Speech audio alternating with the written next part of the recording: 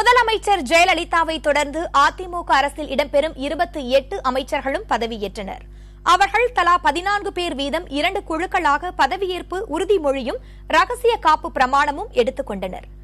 முதல் குழுவில் O Panneerselvam, Dindigul Sreenivasan, Edappadi Palaniswami, Sellur Raju, D Thangamani, S P Velumani, D Jayakumar, C V Shanmugam, K P Anbalagan, doctor Saroja, K C Karuppannan, M C Sampath, R Kamaraj, O S Manian ஆகியோர் பதவியேற்றனர்.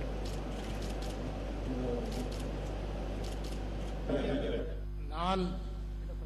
ஓ பன்னீர்செல்வம் என்னும் நான், Dindigul C Srinivasan என்னும் நான், எடப்பாடி கே பழனிசாமி என்னும் நான், செல்லூர் கே ராஜு என்னும் நான், பி தங்கமணி என்னும் நான், எஸ் பி வேலுமணி என்னும் நான், டி ஜெயக்குமார் என்னும் நான், சி வி சண்முகம் என்னும் நான், கே பி அன்பழகன் என்னும் நான், கே சி கருப்பணன் என்னும் நான், பி சரோஜா என்னும் நான், எம் சி சம்பத் என்னும் நான், ஆர் காமராஜ் என்னும் நான், ஓ எஸ் மணியன் என்னும் நான், தமிழ்நாடு அரசின் அமைச்சரவையில் எனது கவனத்துக்குள்ளாவதும் தெரிய வருவதுமான